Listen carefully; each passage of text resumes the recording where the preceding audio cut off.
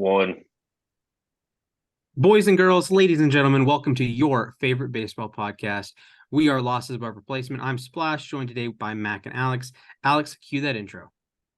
It's time for Losses Above Replacement. We are here to give you baseball facts. Yeah, darn That right. was fantastic, Alex. I That was am a beautiful. legendary songman. That was beautiful. So much for paying a guy on Fiverr to do an intro for us when we have an Alex. So Yeah, shout you out to got. Alex. Shout out to the Pac-12 and shout out to everyone not named the New England Patriots. So on today's docket, we're going to talk about Jim Leyland. We're going to talk about what's going to happen with Shohei Ohtani, Juan Soto, and the likes. And we're going to break down a massive trade that I saw yesterday while stocking shelves at my grocery store. So Braves, Mariners fans, prepare for that. But first, let's talk about the man, the myth, the legend, the cigar smoking man, the beast himself, Jim Leyland. Rockies legend, of course, didn't manage for any other teams, of course. He definitely didn't manage to 3 pennant winning sides or 1 World Series winning side, but hey, he managed for the Rockies. So guys, Jim Leyland is heading to the Hall of Fame as of yesterday. What's one word you'd use to describe Jim Leyland? Old fashioned. Like, he was one of those old fashioned type guys. And to be fair, he was very, very good at it. He was an amazing manager that did so much for all these clubs, including, Detroit did a ton with them. Again, he's a one-time World Series winner, 3-time pennant winner, 3-time manager of the year with an over 500 win-loss percentage, which over nearly 3,500 games, that's pretty darn good, I'm going to say. Like, I think right now the biggest thing that's going to comes down for Leyland is that he did only have 1 World Series to him, as well as the fact that the winning percentage was so even at that point. So that's what makes things feel a little bit weird, but his style was something that people still kind of try to emulate a little bit today. Whenever you think of old-fashioned manager, a lot of people immediately think of Jim Leyland. So, my word, I'm just going to go with successful. I mean, you look at the teams that he managed, and it was just nothing but success, really, other than his 1 year on the Rockies. I mean, he took over the Pirates when they were sort of rebuilding their reputation in 1986, and he was eventually able to bring them to the playoffs in 3 consecutive years. Even if it meant, he clashed with Barry Bonds a little bit, and it was caught on camera at one point.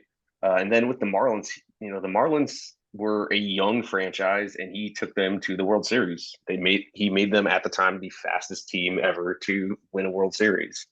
And then with the Tigers, I mean, the Tigers were in a real dark era in their franchise, a few years removed from losing 119 games.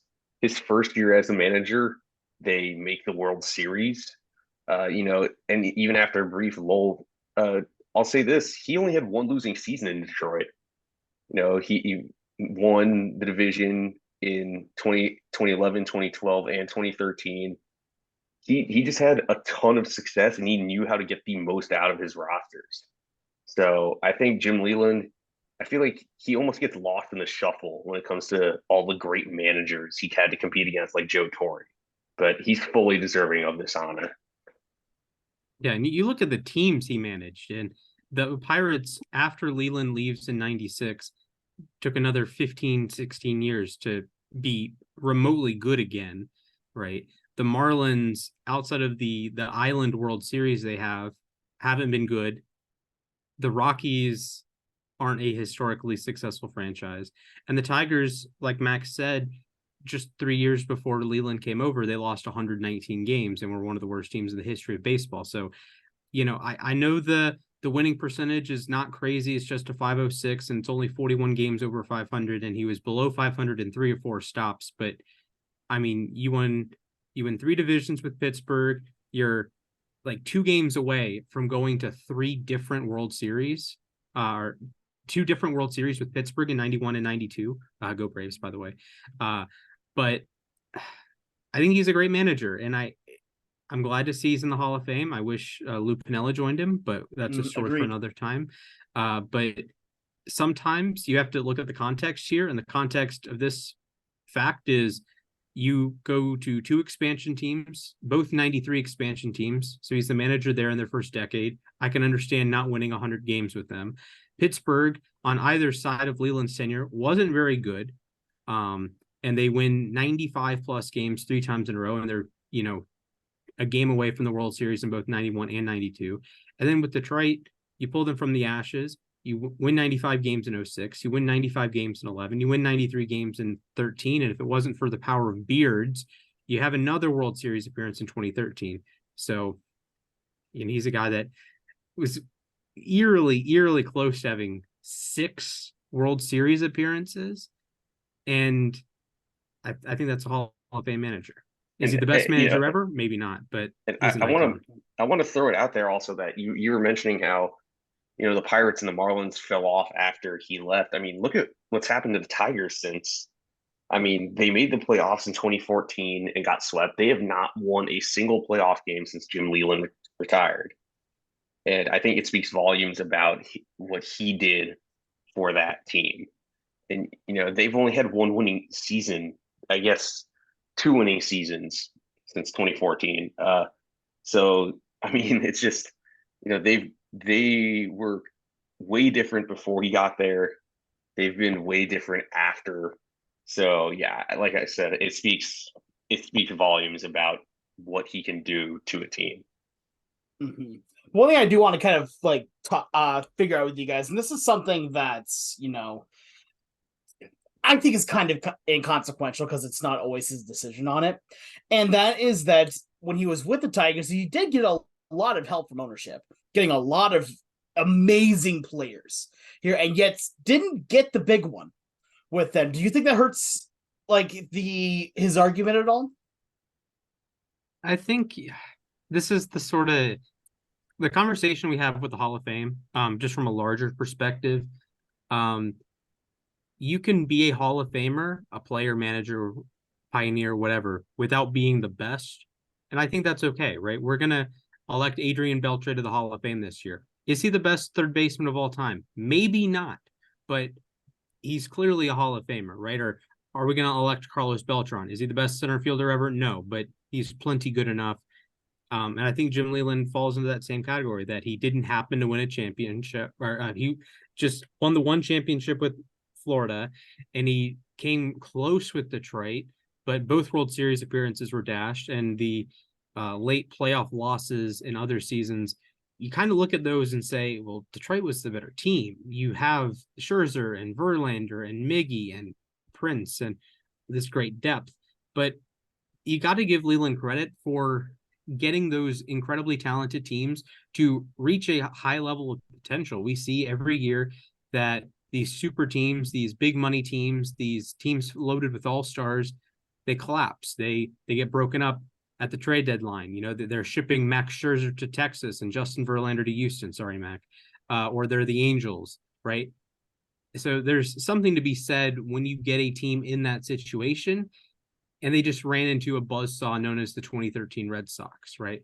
You run into a Rangers team in 2011. So you have this goofy, playoff series are inherently random. So getting your team to win 95 games, getting them at the top of the division, putting them in this situation, I think has plenty of value. Is he the best manager ever? No, but there's plenty of value in being, a top 5 manager for an extended time, top 3 manager for an extended time, a great manager for an extended time. And also that 2012 season where they eventually lost to the Giants, but they only won 88 games in the regular season. They looked very beatable. I remember they were facing a red-hot Oakland team in the ALDS, and they beat them in 5 games. Verlander throws a shutout in Oakland to end the ALDS. They sweep the Yankees in the ALDS, who were probably the favorites to come out of the American League that year. And I mean, they recovered from a brutally slow start to win the division. So, like Slash said, it does speak volumes that he was able to eventually rally his team. So I think, while I'm not going to say he's necessarily the greatest manager of all time, or I wouldn't say he's necessarily Bruce Bochy, who has a sub 500 regular season record, but 4 World Series rings. I still think that he deserves a ton of credit for getting his teams as far as they got. Yeah, I can agree with that. And that is something that, a lot of people are going to give him credit for, especially. Um, Going back to what I said a minute ago about him being this old-fashioned manager, I think that's what you need in a lot of different teams nowadays. And I'm not going to say that is the best way to manage, not by a long shot. In fact, I think it's probably around near the lower bits. But when you have a lot of egos on a team, when you have a lot of high-level players that all think that they're the superstar on that team, it takes a special kind of manager to be able to tell and work with all of them to completely actually work together, which doesn't happen very often a lot of times, as we've seen big teams collapse through egos. And he was able to keep the egos in check, able to keep players in line and make sure that they did their jobs. Did it ultimately always end up in success? No, but it's never going to always be in success. But I gotta give him credit for what he was able to do.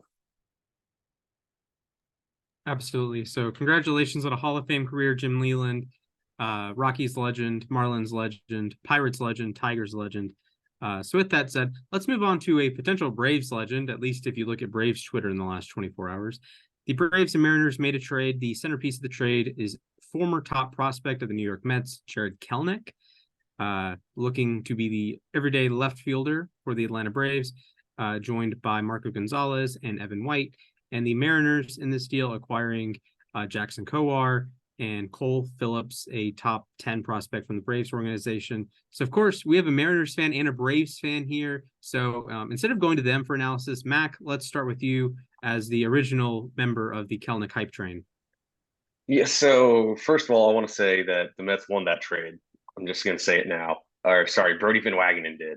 But anyways, here's my take. So the Marco Gonzalez and Evan White part of the deal, I think, is very much a salary dump. I mean, the Braves are already planning to move Gonzalez in another trade, and really, he was injured most of this year. He only has a career 98 ERA plus, and really doesn't keep the ball in the yard for a guy who's supposed to be a stinker baller. So, A, I don't think he had a spot on the Mariners roster, and B, I don't think he would have had a spot on the Braves roster had they kept him.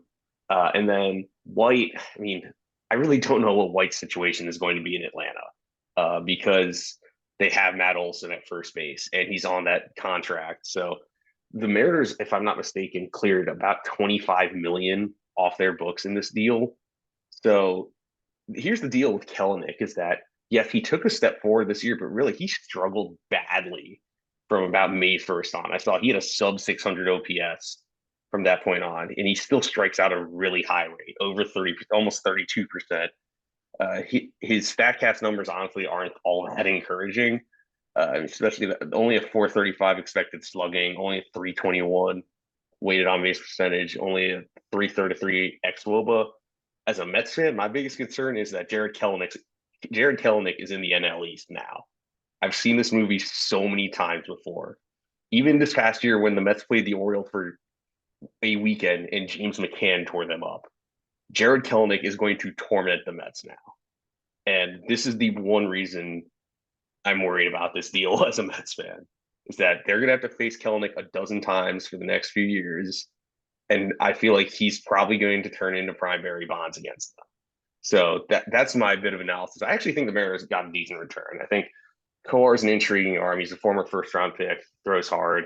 And Cole Phillips, while he hasn't been healthy since he got drafted, he is a ton of upside. And I think, the Mariners have so many arms, but he's a guy who I definitely think can make an impact at the big league level. I do want to throw it in there that the Mariners did send some cash considerations to the Braves. I So believe that it's was about 4.5 million, something like that. Okay. I didn't know the exact figure, but It's around that. some, I'm not sure if that's the exact. there's some cash that went in, and of course, both teams are probably going to make more moves here. I also don't kind of get the Evan White piece. First base only. Purely to get out of that contract. Yeah, that's what first it was. base only. I don't imagine he's going to see much time in Atlanta, if any. Marco Gonzalez, I think he has a place in the Braves rotation. He'd probably be the 5 right now, behind Strider, Fried, why am I blanking on a name? Charlie Morton and Bryce Elder, who please Bryce Elder, please. But he'd probably be the 5 right now. Then you're looking at like Reynaldo Lopez as a swingman type. But of course, both teams can still make moves. I'll jump in with my take here. This presents an odd situation for Atlanta in left field with Jared Kelenic and Vaughn Grissom as the expected platoon here. And I don't know how to feel about it. Eddie Rosario, for all his flaws, was a reasonable hitter last year. And Kevin Pillar was actually not a reasonable hitter, but I always felt like he was going to come through with a big hit just every single time. And he was awesome defensively. He was just like the energy guy that I don't really care that he had an OPS plus in the 80s or an OPS in like the 600s for most of the season, but he just always came through when it mattered, it felt like, and he made great plays defensively. So I think Kelenic is like he's an upgrade over Rosario in the field. And you have more upside at the plate, I guess. But Rosario is a guy that is going to lean, he had a 100 OPS plus last season, 450 slug, hit 21 home runs, hit 24 doubles. So I don't know. I think it's a largely lateral move there. And it really depends on what you get out of Vaughn Grissom if you're getting this platoon. But you are downgrading massively defensively without Pillar in. Pillar was, often deployed as like center field backup if Harris got pulled from a game, or right field backup if Acuna got pulled from a game. So gonna miss Pillar, and of course gonna miss 2021 NLCS MVP postseason legend Eddie Rosario. But I guess I'm intrigued with Kelenic. He's not expected to reach free agency until 2029, I believe. And Vaughn Grissom in left field, he's hit at the major league level before. We're gonna pretend he didn't just end our season, but I don't know. It kind of makes me it's a feel tough like thing with the small sample size. It's tough. It's right. And even Kelenic, he had a good season on the whole last year, like above 100 OPS plus, above average defensively, all this. He was actually better against left-handed pitching than I thought he would be. But I don't know. And then Vaughn Grissom's a guy that's hit 287, but hasn't brought much else to the table. He's one of the rare guys that like hits 280 last year, but had a 78 OPS plus because he had 3 doubles, 1 triple, and 0 home runs in 80 plate appearances. So maybe he gets back a little bit more of what he did in 2020 or 2022 with a 440 slug and a 353 on base. But I don't know. I kind of feel like weird about it. Alex, what say you? All right. Well, this is my take. I'm not even really going to touch what the Braves sent over to Seattle because honestly, like I said, I don't know a whole lot about the guys that came over. If you're getting a nice prospect, okay. If you're getting, a decent arm, okay. That's not what I want to talk about here.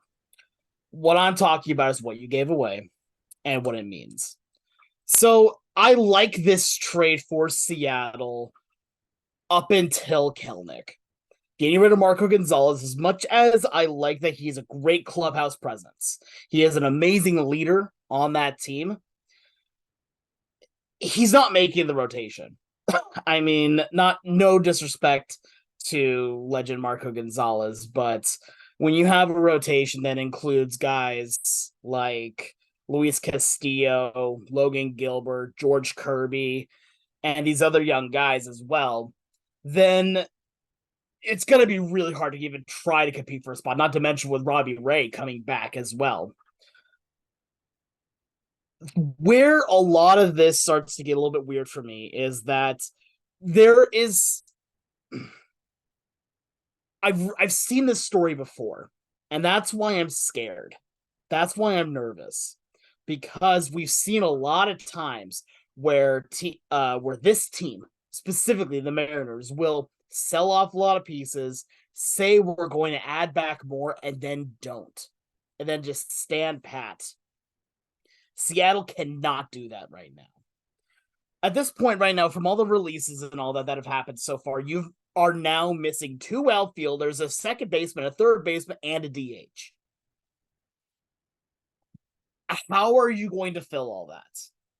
And not to mention as well that even if you do make a big trade, which if you do make a big trade, say for like Juan Soto, then a lot of this is going to make sense.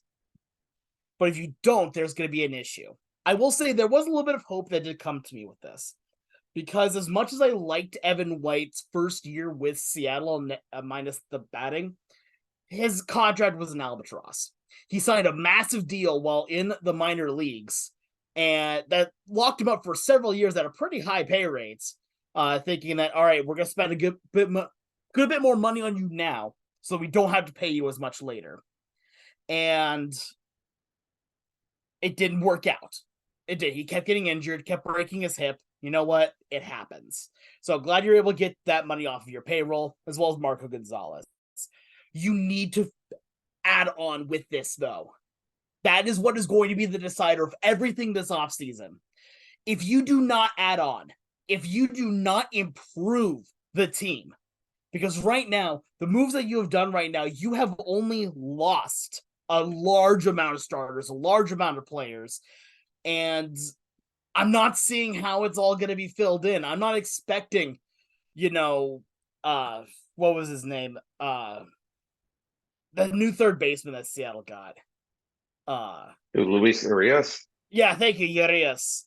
I'm not expecting him to be a good third baseman. I'm not expecting anyone that we have currently at second base to do great. I mean, Caballero's your best bets, but even Or Josh Rojas. Oh, yeah, and Rojas, but I'm going to be real. I don't trust Rojas a whole lot. And then now who do you have in the outfield? Taylor Trammell? Who do you have in the outfield? Putting in Dylan Moore there every day? Like, no. Okay, respect Dylan Moore. I like Dylan Moore. I he really was on my like fantasy Dylan team Moore. 3 years ago. Respect I like Dylan Moore, but I also don't want to see him as your everyday right or left fielder. Where Dylan Moore's amazing ability really comes in is that he is a super utility man who can play every position on the diamond and except pitcher and catcher. And I'm sure if he asked nicely, he would do that too. Oh, he would do both those things. Exactly. He would be Andrew Romine doing all of them in one game if he could. Hey, if you needed a catcher and pitcher, call up Luis Torrens again. What's he doing nowadays? He just got released, I believe. Oh, really? By Seattle, by the way. Good job, Seattle. I love Luis Torrens. I love him so much. Yeah, man. Anyway, what's Abraham Toro doing nowadays? Let's just keep going, please. How many random second basemen have the Mariners had? Like in the last 3 years? Adam Frazier. Oh Lord. Yeah. No. I'm done with that line of thing. What I do want to say with this right now, there is a lot of uprising going on right now, and I'm gonna leave it with this. I was talking with some family the other day, and I was ranting after the Eugenio Suarez trade, which we've already talked about it on here. I'm not going into that rant again. But my mom Googled the word Mariners just to try to get some extra news that was going on. The first result after Googling the word Mariners, it wasn't talking about the team, it wasn't the team's homepage. No, it was the Mariners are embarrassing themselves and their fan base. An article about what is going on with this team, and right now, unless something big happens, it's correct. They are in a horrible position right now. Yeah, here's my thing is that it's great to have, this vision of, we're clearing salary space to sign players or to make a trade. But I feel like you're kind of working things backwards here. You're supposed to secure your players first and then maybe, clear some salary. So I understand the vision sort of getting the salary off the books, but I don't know if this is the right process necessarily.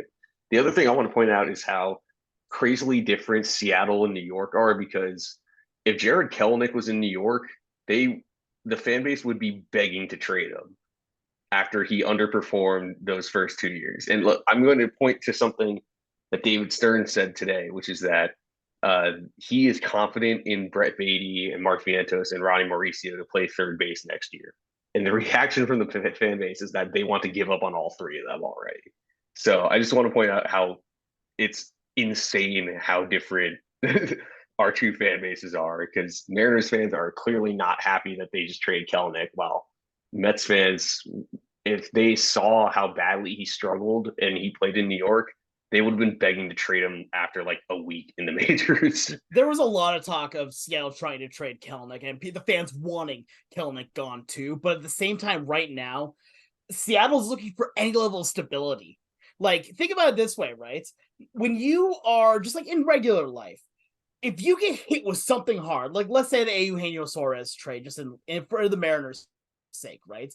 You're looking for any level of being secure. Because right now, you just had one of your best players shipped away for not a whole lot. And you're looking for any level of stability. And now your big prospect that has been hyped up for years, for several years, and it finally gets up to the big leagues and struggles in the beginning, yes, but then finally starts to have that stride last year. You're like, okay, we're finally starting to see the fruits. The fruits are going to be here. They're almost here. And then you give them away right then. That's teasing is what that's called. And that hurts. You know, the funny part to me is this Alex Anthopoulos narrative that as soon as the trade happened, it's just across the world, it's, oh, the Braves fleeced the Mariners. And that's just the funniest thing to me, that we go from this. We don't even know if Jared Kelenic is good at baseball for consistent stretches. But of course, Alex Anthopoulos makes the trade, and now he's going to turn into prime Derek Jeter. I don't know how Pretty much Derek Jeter. Yeah. And he can't wear 10 with the Braves because of a certain Larry Wayne Jones, but you might as well wear 10 when he plays the Mets. I guess that's what's going to happen. Probably. That's probably what's going to happen. I've already seen it. So yeah, that sounds about right. With that, let's move on to a player that's maybe a slight bit better than Jared Kelenic. He hasn't played the field much, but I don't know. He pitches, he hits. He's pretty valuable. He had a 10-WAR season last year. Let's talk about Shohei Ohtani. We are back to 3 words only. Fellas, tell me where Shohei Ohtani is playing in April. Alex, let's start with you. All right, well, let's start this off. So the prompt is, where is he playing in April, or is the prompt to Shohei Ohtani? I mean, I guess you can take it any direction you want to take it, but yeah, where is he playing in April? Well, all right, I'm going to do the first. I'm going to do just him right now first, and then I'll get to the player. 3 words for that are dragging it out. Like, there was a lot of talk that he was going to sign during the winter meetings, and it just came out. No, he's not going to. It's not happening. It's can not we point out the winter meetings are not actually taking place in the winter? Yeah, I know that. I find that weird, right?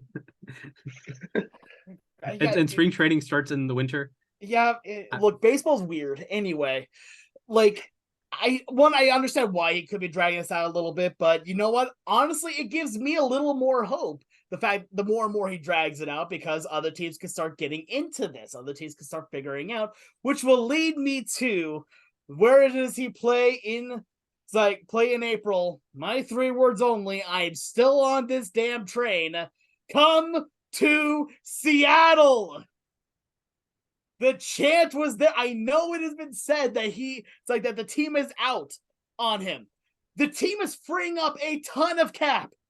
The team has been freeing up so much money to where I think there's a legitimate chance that that he's been working with Seattle, that Seattle's trying to do something with him, and it's just not gotten reported.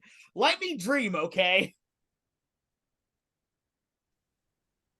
All right, Mac, what are your 3 words around Shohei Ohtani? So my first one is please hurry up. Like, I think that what's going to happen is that a lot of teams are waiting for Shohei to sign, and then the dominoes are going to start falling. So that's just what I'm gathering here. And by the way, the bidding is ridiculous. Like, he's probably going to get like $600 million, which is absurd. But I mean, he's that type of talent, I guess. But as for what team he's playing for, and I hate to stick to it, but staying in LA, he's going to the Dodgers. I mean, unfortunately, You can dance around it all you want. You can say maybe the Blue Jays have a chance, or some people are still holding out hope Steve Cohen's going to open his checkbook. The I just have a feeling the Dodgers are. It seems like the Dodgers are, if they don't get Shohei, they're going to try to get Yamamoto, and then they're going to re-sign JD Martinez. So they're going to land the big fish no matter what. It pretty much, but I can't see anyone outbidding him, outbidding the Dodgers for his services. Plus, I mean, LA is like at most an hour away from Anaheim, depending on traffic. All right, so I'm gonna roll next. My 3 words are Toronto Blue Balls. Yeah, there's been a lot made these last few days about the Blue Jays being in on both Juan Soto and Shohei Ohtani, and I'm here to dump rainwater on this. That's not happening. There is zero Yeah, I chance agree. either of those things happen. Sorry, Toronto, you're not getting either of these guys. San Diego is not interested in Alek Manoah. I can promise you that. Now I don't he know if might go any to the team is really. Yankees, so he's going to play 6 games in Toronto and absolutely murder your franchise. But you're not getting Juan Soto, sorry, and Shohei Ohtani is not going to Toronto. It's tough finding a spot for Ohtani because I'm going to make a very odd comparison, but follow me along here. It's kind of like Brock Bowers in the NFL draft, that you obviously know the exceptional talent, but it's when does he go in the draft, right? So Brock Bowers is a tight end at Georgia, and to me, he's the best prospect or second best prospect in the draft, but he's a tight end, so you don't know what you're doing there. And with Ohtani, everyone probably wants his services besides the A's, because they have to like mortgage the entire future of the franchise to pay him $5. Good job, Oakland. Well, not for much longer at least. But I don't know. He's not going to Toronto. I think you could just start marking teams off. Toronto, you can mark off. John Heyman's saying, or John Morosi, sorry, is saying that Braves are engaged in a Shohei Ohtani's camp. I'm just going to assume everyone's involved in Shohei Ohtani's camp to some degree. So I don't think that report is meaning anything. I'm leaning Dodgers, I guess. The Mets are quote unquote out on Ohtani. But again, who do you trust in this, reporting world, this journalism world? Because at a certain point, you can't really trust anything because players can make new decisions and things change and money changes, and you have, offers change, player situations change. Carlos Correa fails 2 physicals. So maybe Ohtani signs with the Mets. They find he has a bone bruise in his left femur, and then he leaves and goes to the Twins. I don't know. And also, I just saw from Mark Bowman that apparently the Braves haven't shown interest in Ohtani, so I'm all sorts of confused. Because also now there's talk that the Giants are in on him, like Logan Webb is trying to recruit him, and Shohei followed Logan Webb on Instagram today or something. But this is going to, I think this is going to be earth shattering no matter what.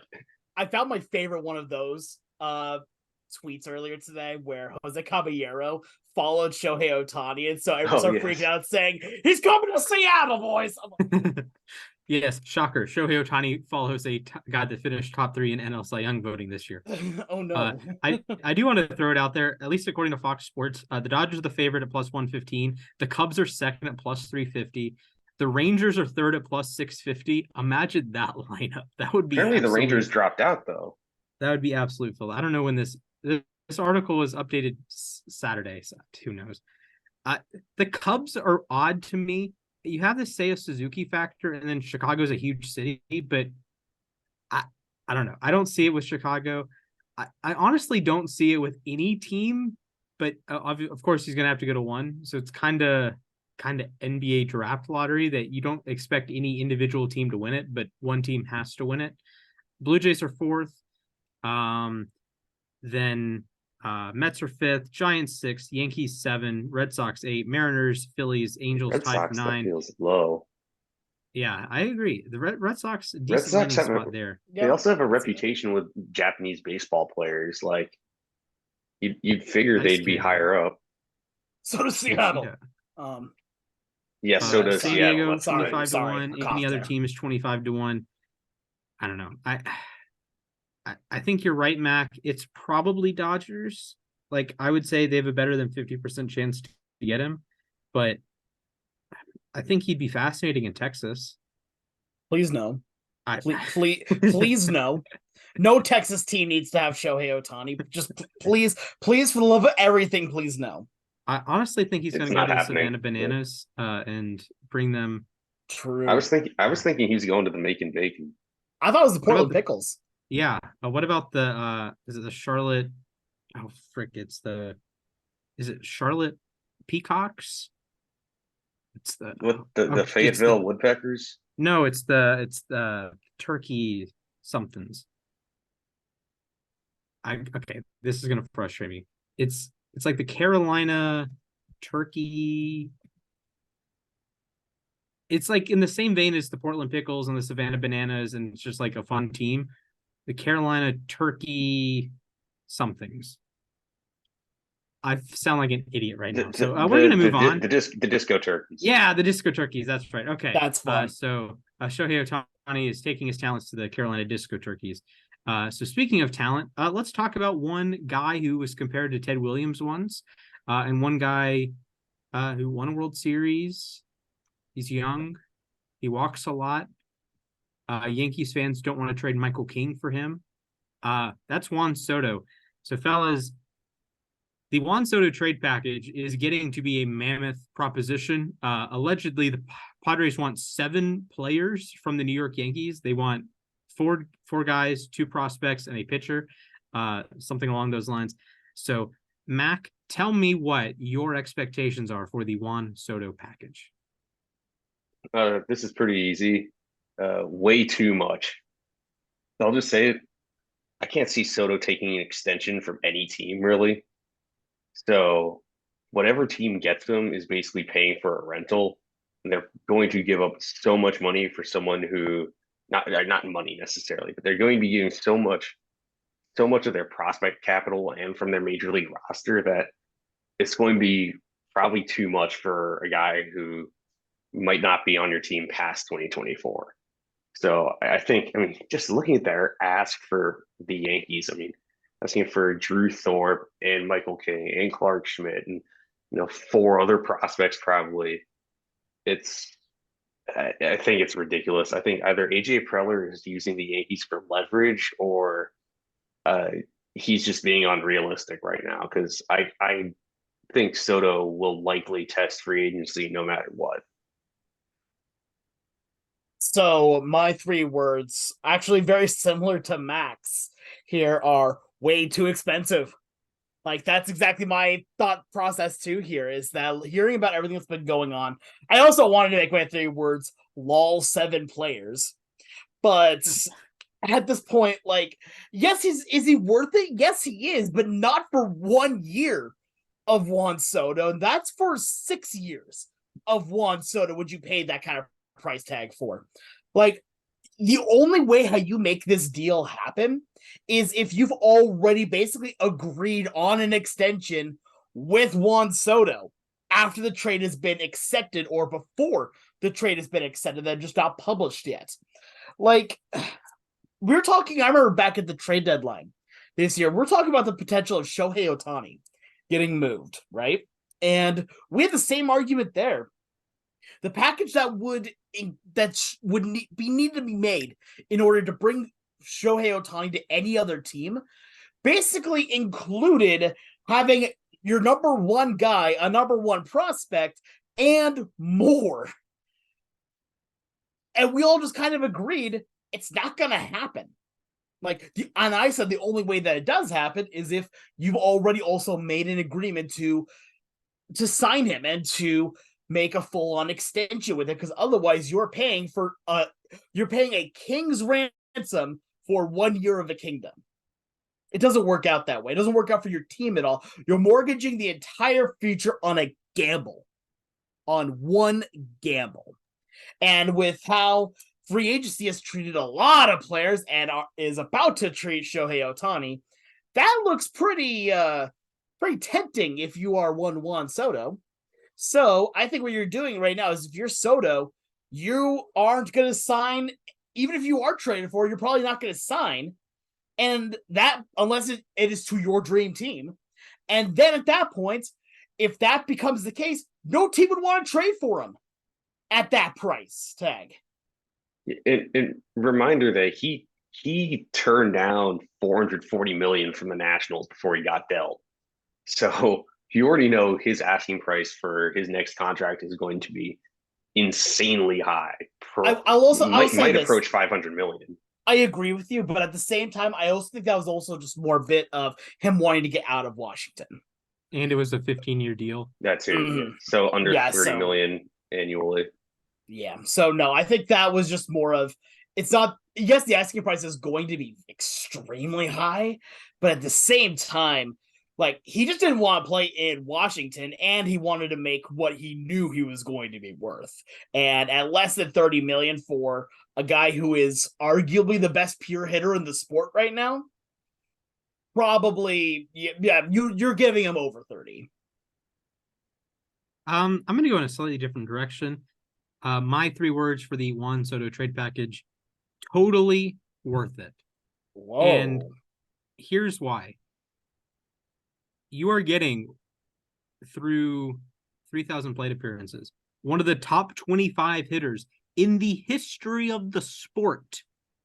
Folks, don't overthink this. I understand it might be a rental, but guess what? You have the proposition here of, you get to have Juan Soto on your team for a year. You get to be in his ear all year. He gets to, acclimate to his teammates, right? So I'm hypothetical. Let's say he goes to the Yankees. I think it's a pretty good pitch to Juan Soto, instead of like talking to him in free agency saying, hey, you're going to play 150 games with Aaron Judge this year. Well, more like 112, because he's probably going to get hurt, sadly. But you're going to play with Aaron Judge, and you're going to play with Garrett Cole, and you're going to help the Yankees go from this, barely above 500 team to getting back in the playoffs. And I think that has to be something good of a pitch, having that year to say, hey, Juan, we're going to win more games with you than without you. We're probably going to make the playoffs unless he goes to like Oakland. And we might win the World Series depending on where he goes. So, hey, that's a great pitch.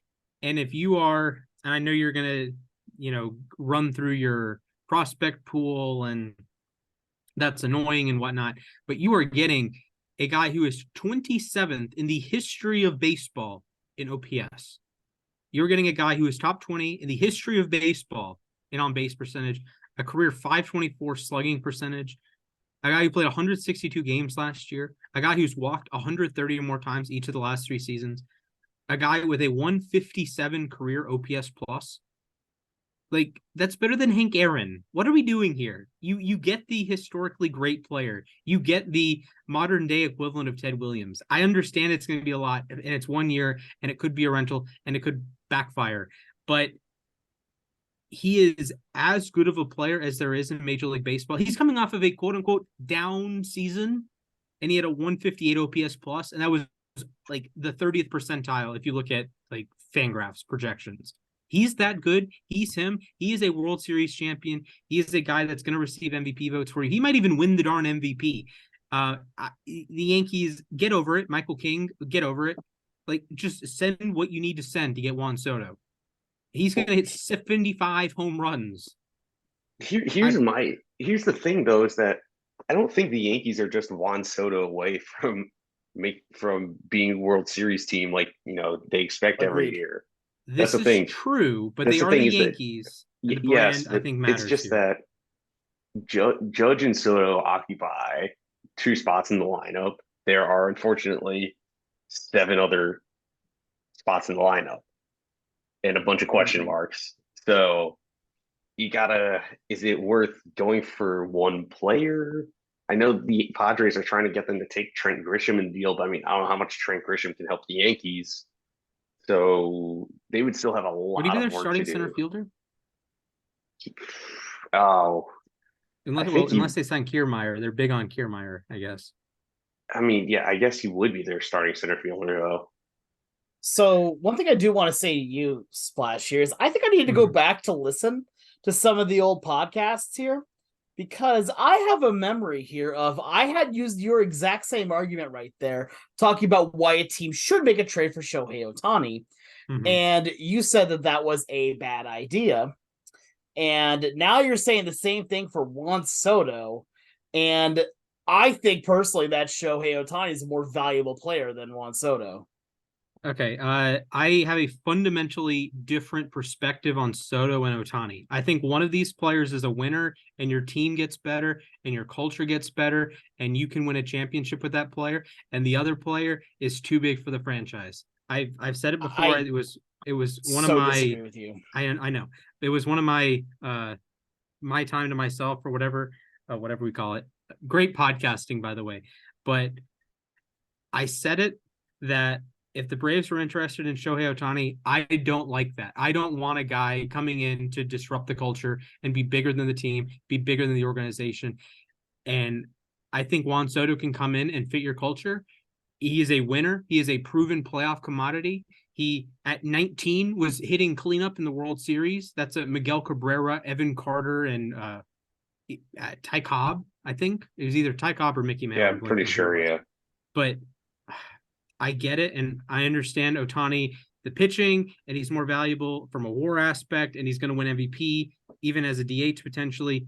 But, man, Juan Soto does that every year. Like, Ohtani is coming off of his best season as a hitter. Soto's coming off of a middle of the pack season as a hitter. You know, he's at his like quote unquote lowest value potentially right now. Because, you know, he just finished 6th in MVP voting. Okay, pardon me. He just won a Silver Slugger. Like, come on. And who won MVP?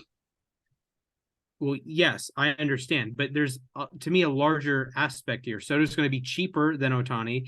And Soto, we've seen contribute to a winner and contribute to a winning culture and contribute to a team that started 19-31 and went on to win the World Series. And so, okay, let me put this in perspective. Shohei Ohtani hits and pitches, but if the Angels were 19-31 and had the pieces around like the 2019 Nationals, that team goes off the rails. I don't think Shohei Ohtani is helping that team stay on the rails. I think Juan Soto can help the team stay on the rails. He's a competitor. I think Shohei Ohtani is just really, really, really, really, really good at baseball. I'm confused. I'm confused now. So, okay, here, let me come back at you with this here real quick. So you're saying that he's a winner, and I agree with you. He is a winner. He has won a World Series. Good on him.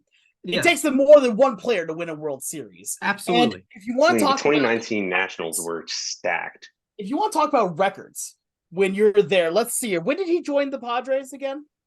What year was 2022. 2022. Cool. Let's take a look at those. So those 2 years, he finished 89 and 73, which, you know, yeah, very good. Good on you. Made the NLCS, yeah. Made the NLCS. Good job. Last year, 2 games above 500, and that's including a lineup that was, in my opinion, and I think a lot of people's opinions, a lot better than that 2019 Nationals team. I thought they were going to be on paper at least. They had more depth. They were a team that Mac picked to win the World Series. They were a team that all 3 of us picked to make the playoffs. I understand that. That's what I'm saying here right now is that if you're going to say to me right now that he is a winner and Ohtani is not, and you think that Ohtani is too big for any one team, I disagree with that.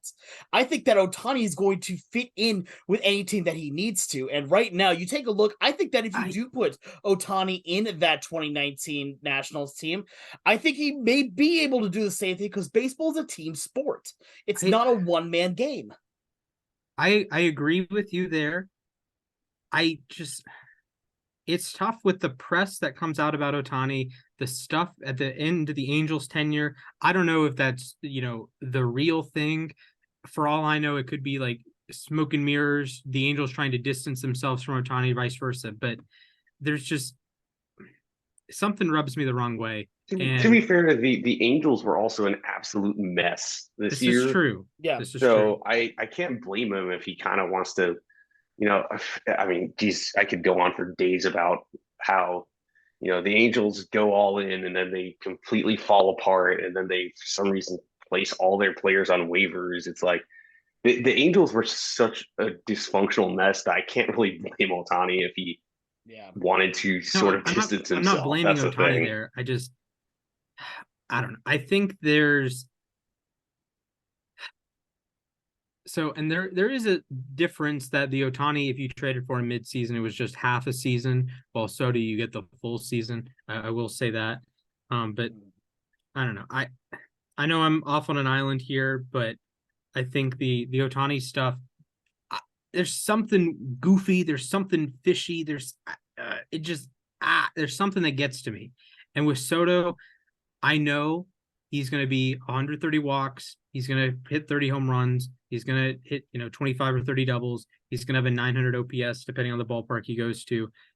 And I know he's going to help I'm not saying Ohtani doesn't help the team, but I don't think Soto is too big for the team. And I think that's important in a team sport, that if you're Ohtani, or if you're a teammate of Ohtani and he gets special media stuff and special this and special that, and, catering to him, like if you're a secondary star on that team, like what are we doing? If you're Mookie Betts or Freddie Freeman, those guys are outstanding baseball guys, not just players, but like guys in the baseball world. Does it rub you the wrong way if you're trying to share the field with a cultural megastar? Well, Juan Soto can go to New York with Aaron Judge, or go to the Dodgers with Freeman and Betts. I don't think he's ruffling any feathers and causing any issues. I'm not saying Ohtani does. I'm just, I don't know. It just rubs me the wrong way, I guess. So I know that's fair. I get it. I get it, what you're saying on it. I think at this point, I don't know how much I can agree with the argument there. I think that both players are absolutely incredible. I also agree very much so. Now, I've really come to respect Juan Soto on what he has done. I know I'll be the first one to say that a while back ago. I thought he was very overrated. But I very much come around to the fact that, he is arguably probably the best pure hitter in the sport right now. But I also think that if you're going to go for Soto, your best bet is not to trade for him now, because otherwise any team that trades for him right now is mortgaging the future for a gamble. Yes, but I think there's value in taking that gamble and having that year of getting Soto to acclimate to the city, acclimate to his teammates, acclimate to the manager. I think that can matter. And, he could leave, absolutely. But at the end of the day, you are, quote unquote, mortgaging the future for a guy that I think is worth it. You're a guy who is, in theory, a top 25 hitter in the history of the sport. Like, that's what you're mortgaging the future for. If it works out, great. If it doesn't work out, well, you got a top 25 hitter in the history of the sport. There's some value there, even if it's just one season. And your prospect pool is going to be revamped soon. You can make other moves. This isn't the only move you make. There are other, I'm not going to say cost-cutting measures, but I would not recommend the Yankees do this, but in theory, the Yankees could add Soto and trade away some prospects, and then trade Gleyber Torres and get some prospects in return there. So I wouldn't do that, but you could do something like that. Yeah, I would not recommend it. Gleyber Torres is quite good at baseball. So yeah. With that said, quickly, let's touch on the Jackson Chourio contract. Man's got paid over $80 million after 6 games of AAA ball. Give me one word to describe your reaction to 19-year-old Jackson Chourio getting a contract larger than anything the Oakland A's have ever handed out. I'll go first here. Crazy. This kid is 19 years old. Most 19-year-olds are in their freshman or sophomore year of college, probably studying for final exams at this point in the year. And this kid just got $82 million committed to him. So I'll say this: he is the second best prospect in baseball behind Jackson Holliday. So he has a ton of upside and is probably going to be in the majors to start the year. So the Brewers, they're pop committed now. And I'm really curious to see how he plays over this deal, because like we were talking about earlier, we've seen it with Evan White. that contract didn't pan out, or with John Scott Kingery. Singleton or Scott Kingery. Yeah. So it's, I don't know if I want to say high risk, but there's definitely high reward in this deal. I think it worked out with Luis Robert. No, he Yes, got signed 6 to a years, big 50 contract. million. Yeah. Yeah. Mm-hmm. Alex, what say you? My one word is risky. It is, I think it very much is a high risk, high reward deal because, like you said right now, new Braves legend Evan White is probably the best example of this in at least the most recent history, where he was a player that had a really good showing in the minor leagues, played a little bit in the MLB, and signed a huge mega deal, expecting to be the first baseman of the future, and then his hip decided to say "La Na fam," and it's very much, we've seen times where it's worked out amazingly well. Louis Bob's one of them. We've seen times where it has not worked out well. So this is really going to come down to, because we've also seen a lot of players decline this kind of deal. Jared Kelenic was one of those players. So right now, honestly, like I said, it's already signed and sealed, ready to go. But at the same time, this is risky mostly on the team here. The player right now, he just cashed out, fantastic, but there's still a huge level of risk. So my word is compensating. This is a move the Brewers make to satisfy the people that are mad that they non-tendered Brandon Woodruff and aren't going to extend Corbin Burns and lost their manager. Yeah, and let Craig Counsell to a division rival. Yeah, let him go to the Cubs, and this is just I come in peace. You lose David Stearns. I come in peace. Milwaukee management by paying a 19-year-old $80 million. Look, as far as I'm aware, this guy is the second coming of Ronald Acuna, who I think Ronald Acuna is pretty good at baseball. You should check out his foreign league highlights. The man's incredible. Didn't he get hit recently? Yeah, he got hit on the hand, and it's he got pulled from the game. And I wasn't on Twitter for the backlash, but this is why Acuna is mad when you throw inside, because he gets hit half the time, and it the Pete Alonso thing. Remember that whole ordeal? He missed a week. Do, sorry, Matt. He missed a week or two.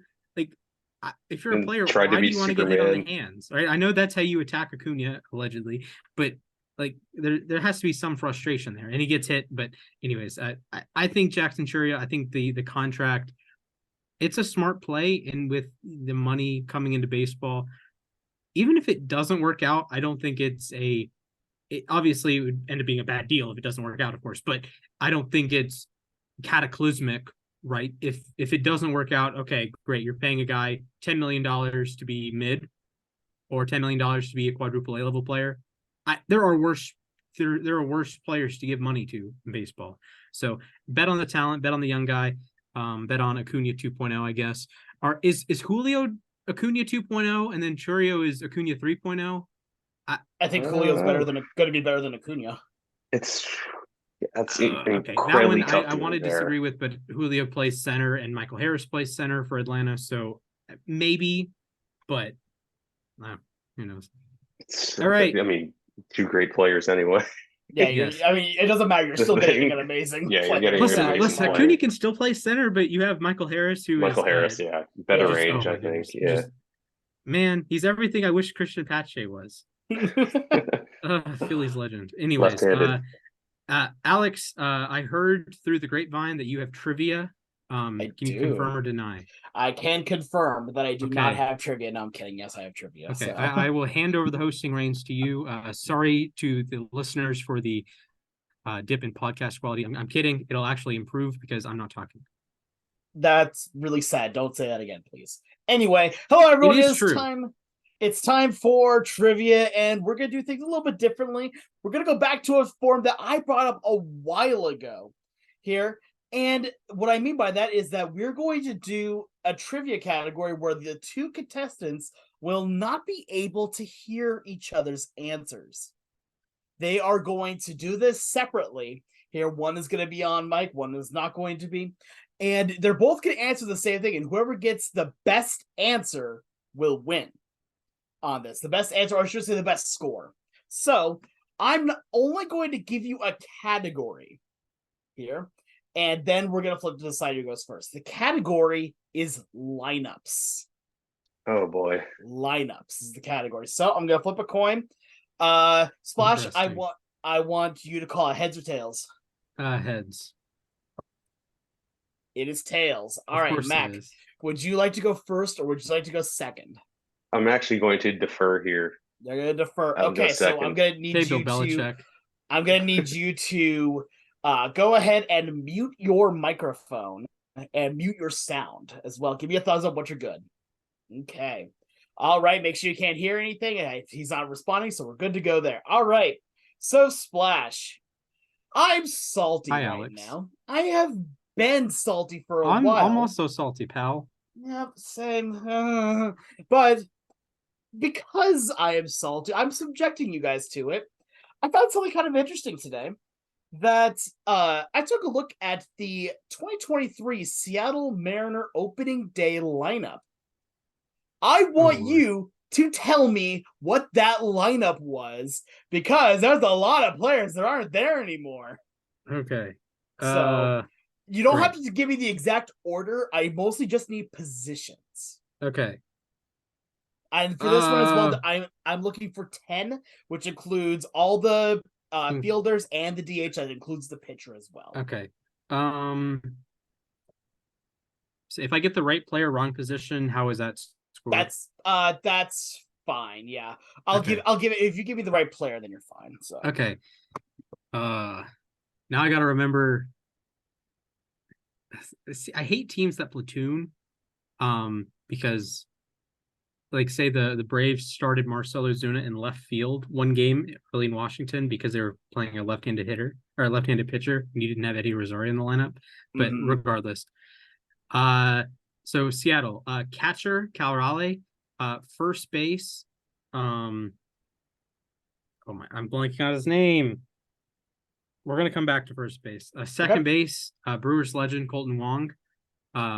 Third base, Eugenio Suarez. Shortstop, J.P. Crawford. Left field, Jared Kelenic. Center field, Julio Rodriguez. Right field, Teoscar Hernandez. First base, Ty France. Starting pitcher, Robbie Ray.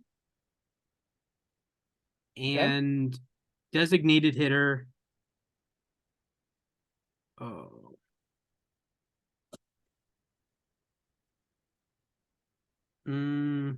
We're gonna go designated hitter. Mike Ford wasn't there yet.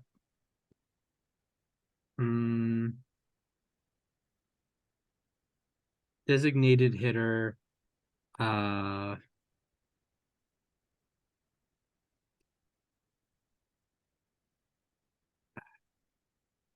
I guess Dylan Moore. I guess best case scenario there is Moore played right field and Teoscar was your DH. Or he played left and Kelenic was your DH. But yeah, that's my final 10. Raleigh, France, Wong, Crawford, Suarez, Kelenic, Rodriguez, Teoscar, Robbie Ray, and Dylan Moore. All right. Thank you very much for that, Splash. I'm going to ask you to now mute as we ask Mac to come on back. Thank you very much. Right, hello there, Mac. Hello. Hello. All right. So I'm salty right now. I'm very salty. And because of that, I'm now going to subject you guys to my salt here as the 2023 Seattle Mariner opening day lineup was very interesting, where there's a lot of players that aren't here anymore. I'll tell you what, tell me what the 2023 Mariner opening day lineup was. Oh my God. Off the top of my head. Off of the top of your head. So I want you to go position, like, you don't have to go position by position, but I want you to get all the fielders, starting pitcher, and DH. So you're gonna have 10 total names that you're gonna put down. If you give me a name and a position, but it's the wrong position, I will give you the point anyway. As long as you have the right. Mostly, I just need the right players. All right. So you can start whenever you're ready. All right. So obviously catcher Cal Raleigh, Yep. first base Ty France, Yep. second base Colton Wong, uh, third base Eugenio Suarez, Yep. shortstop JP Crawford, Yep. try and do some thinking here. Left field, I believe, was Jared Kelenic. Mets legend, Mariners legend, Braves legend. Okay. Center field is Julio Rodriguez. Okay. Right field, Teoscar Hernandez. And designated hitter, a legend in the tri-state area, from North Jersey, Tommy La Stella. All right. And you're still missing starting pitcher. Oh, Luis Castillo. All right, Castillo. All right. And with that, I'm going to ask Splash to come back. All righty. Once he comes back here, we'll continue on here. But yeah, I'm a bit salty because as you can tell from that Good line, evening. hello there. All righty. So we'll get to what I was about to say in a moment. So I have the scores here and we have a winner. So we don't need to go to what my tiebreaker was, thankfully. But the winner of the trivia for today is Mac. Let's go. Mac won it, getting 10 out of 10. Was it AJ Pollock? Nope. Oh, okay. Splash, you missed 2. You got 8 out of 10. Okay. You got B minus. The two that you missed, Splash, for the starting pitcher, as it was Luis Castillo. And the designated hitter was Tommy La Stella. Oh my! Okay. When I saw that name, I knew I needed to make a trivia for today. I knew I had to do it. Full disclosure, earlier today, like this afternoon, pretty sure I saw the same tweet you did, Alex, where it has like half the lineup that isn't on the team anymore. Yeah, that was. I'm honestly surprised though that I remembered all 10 names. To be fair, La Stella was the one that I was confident nobody was gonna get. But because I feel like at this point now, all of us have just kind of repressed him from our memories.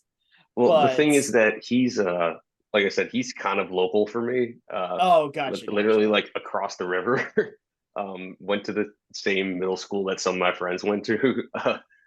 Gotcha. Yeah. But also it's kind of hard to forget when one player looks kind of out of place in a lineup and not sure he should be a starting DH. With all due respect, throw it out there. It's not 2019 Colton anymore. Wong second is quite a choice. Sorry, say that again. Batting Colton Wong second is quite a choice. Batting Colton Wong second when you have Raleigh batting 5th and Suarez batting 6th and Crawford batting 9th is definitely. I don't mind Crawford 9th, especially early on in the season when you didn't know he was the second best shortstop in the American League. France becoming the number 2 hitter on April 3rd makes a lot of sense. Did J-Rod bat leadoff? Yeah, so so Jared started batting leadoff, but he did really well when he was batting in the 2-hole. Yeah, I think that's going to be his spot going forward. I agree. So yeah, this is why Acuna clears. Nope, incorrect. Anyway, thank you both for trivia. One of these players won an MVP. The other is named Julio Rodriguez. One of these players won MVP, and one of these players hasn't torn his ACL. Anyway, that is incredibly disrespectful.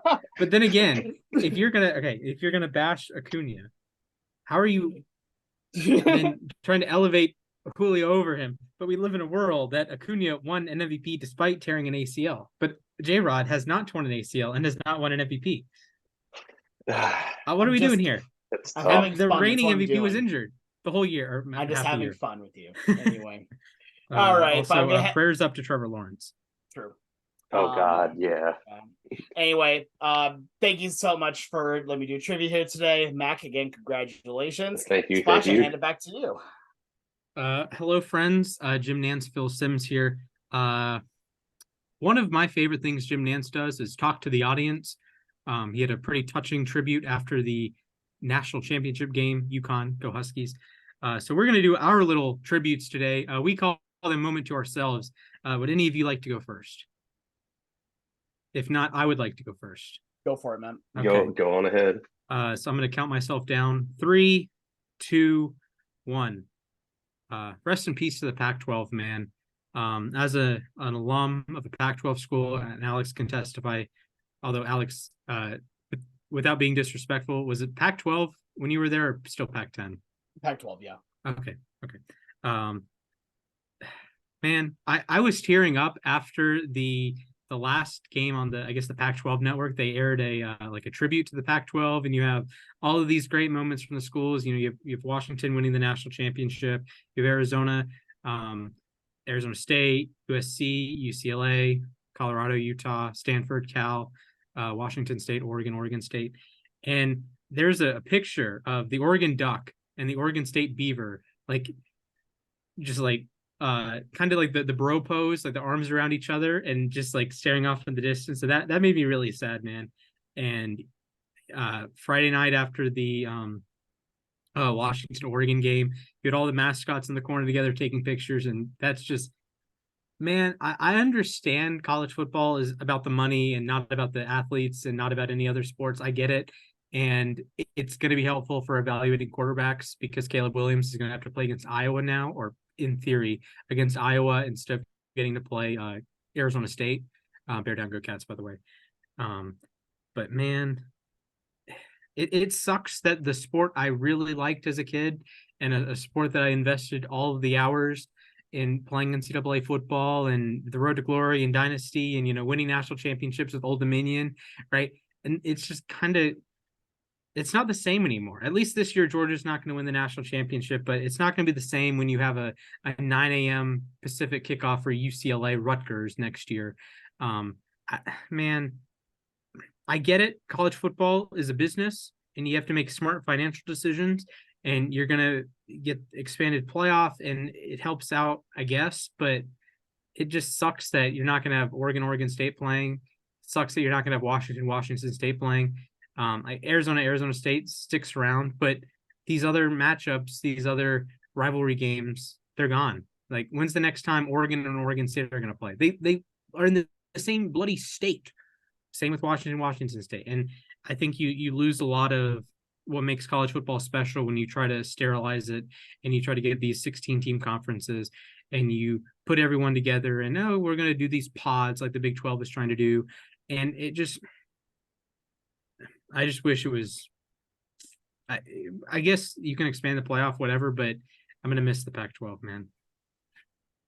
So one thing I do want to give to... a quick little sure. addendum on that. Washington State will still be playing for the next 5 years. They signed an agreement. Oh, that's good. Still keep the Apple Cup going. Although, to be fair, I'm not sure how much I want to watch it after everything that's going on. But I think I still will. But also, shout out to Mike Leach. They were circulating the mascot, like the fight, like how he would rank the mascots in a fight, and that's just, if there was ever a Mike Leach clip, it was that one. Yep, 100%, absolute gold. And that's the only time the Sun Devils are beating the Wildcats anytime soon. So there you go. Alex, Mac, one of you may go, the other can wait. I'll go next. All right. Go ahead. All right. Do I have my countdown or just go for it? Tres, dos, uno, proceed. I'm gonna kind of keep on the train that Splash was on here, but I'm gonna be on a different side of it. I'm angry. I'm still very angry about the Pac-12 leaving, because at this point it's very clear it was about money, but at the same time you still have, I'm not gonna say you have an obligation to keep baseball, to keep it going and all that, but at the same time, if you're doing this and you are doing this knowing that you are not just hurting yourself, you're just hurting or affecting yourself, you're affecting an entire conference. Now we're going to be now seeing Washington State and Oregon State playing probably independent or mid or Mountain West, which is going to tank recruiting. And it's all because at this point, these other conferences didn't want these two teams, and yet both of them were ranked at some point last year. WSU was ranked near the beginning of the year, and Oregon State, I think, finished ranked. Like, what are you doing at this point? I've said all that's already been said. Everything's already gone through it. At this point now, it's just being angry. And I feel tired of being angry about this. Next year is gonna suck. I'm gonna be honest with y'all. Like, next year is going to suck for college football. Maybe just for me because I'm a WSU fan, but at the same time, like, just seeing the history of all that just go away. I couldn't bring myself to watch the game, the Pac-12 game. I just couldn't. Knowing what both of those two schools did, knowing that it was the final game because of them, I just couldn't do it.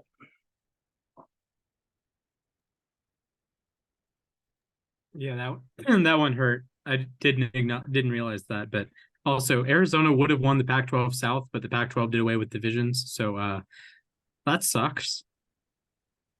Mac, Yeah. it's up to you. I know you're not a Pac-12 grad, but I know free. I'm not. All right. So Count me down. San R-E, proceed. All right, so I'll be a little all over the place here. My first thing is that I did an adult thing this weekend and moved out of my parents' place. So I am living with two other people now.